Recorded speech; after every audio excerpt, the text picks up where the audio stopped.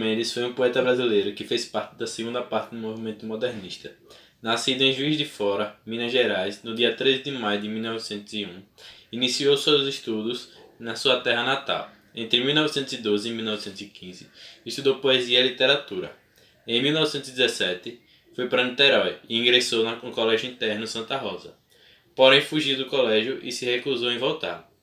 Nesse mesmo ano, foi para o Rio de Janeiro com seu irmão mais velho, o engenheiro José Joaquim, que o colocou como arquivista da diretoria.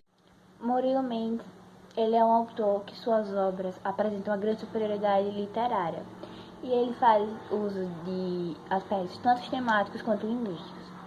Ele utiliza a ironia para fazer uma crítica social, como em Brasilienses. Faz uso do surrealismo, que é a concepção de um mundo verdadeiro, mutilado e injusto. O cristianismo dele é insolene, porque a esperança vale mais do que a crença. O barroquismo, para ele faz nas suas obras ele faz a contemplação a ouro preto. Então ele faz uso de uma experimentação linguística, que os textos oscilam entre poesia e prosa. E também ele faz empregos de sinais gráficos, que fazem um jogo de palavras e neologismos. Sobre a bibliografia de Murilo Mendes, onde uma das mais conhecidas é Poemas, onde ele escreve diversas poesias e poemas nesse livro.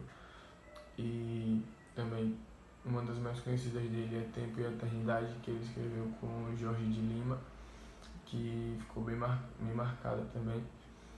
E a Poesia do Pânico, que foi escrita em 1937.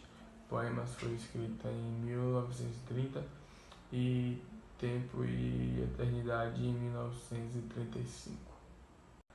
No livro Poemas, uma das poesias mais conhecidas são Canção do Exílio, Noturno Resumido, Panorama, Cantiga de Malas Artes, O Mundo Inimigo e Mapa, que é uma poesia que ele escreveu para Jorge Burla Marx. Meu nome é Marília Gabriela e eu vou falar sobre Histórias do Brasil, de Murilo Mendes. Publicado originalmente em 1932, História do Brasil, do poeta modernista Murilo Mendes, é um capítulo à parte da sua obra.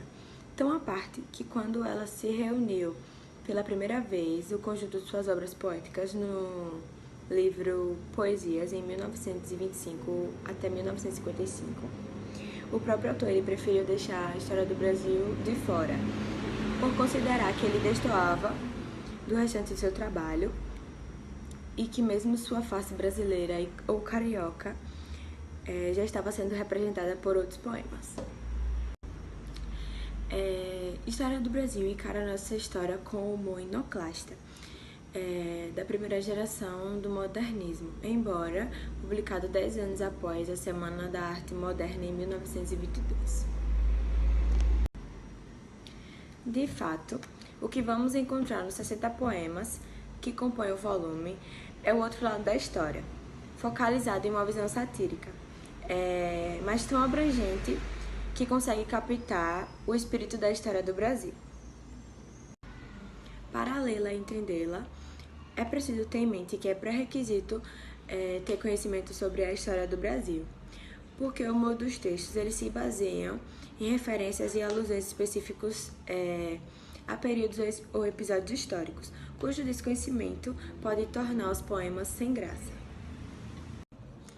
A mão de obra ela não se restringe a apresentar ironicamente a nação ou o seu povo como um todo. Ela focaliza sempre episódios específicos da nossa história. As duas primeiras obras de Murilo Mendes, Poema, demonstra fé no futuro de libertação e harmonia. Já em Boa Meu Poeta, é possível perceber o toque de surrealismo que irá permear toda a obra do autor.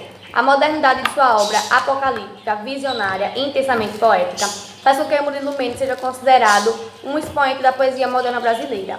Bumba Meu Poeta, composto à maneira folclórica do Bumba Meu Boi, é uma dramatização crítica da ordem social em que a realidade brasileira é apresentada de forma alegórica. Escrito em 1930 e publicado na Revista Nova de Paulo Padro, 2 anos depois, integra na demolição modernista esse auto de Natal popular nordestino que pode ser representado em praça pública ou residência particular.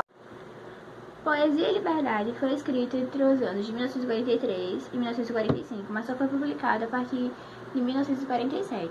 Este trabalho acompanha a continuidade de rupturas em eixos amorosos, quais o poeta se dedicou muito durante a época.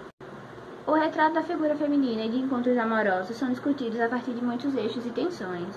Em tensões como surrealismo, tensões sensualismo tipicamente modernistas e a salvação profana da mulher.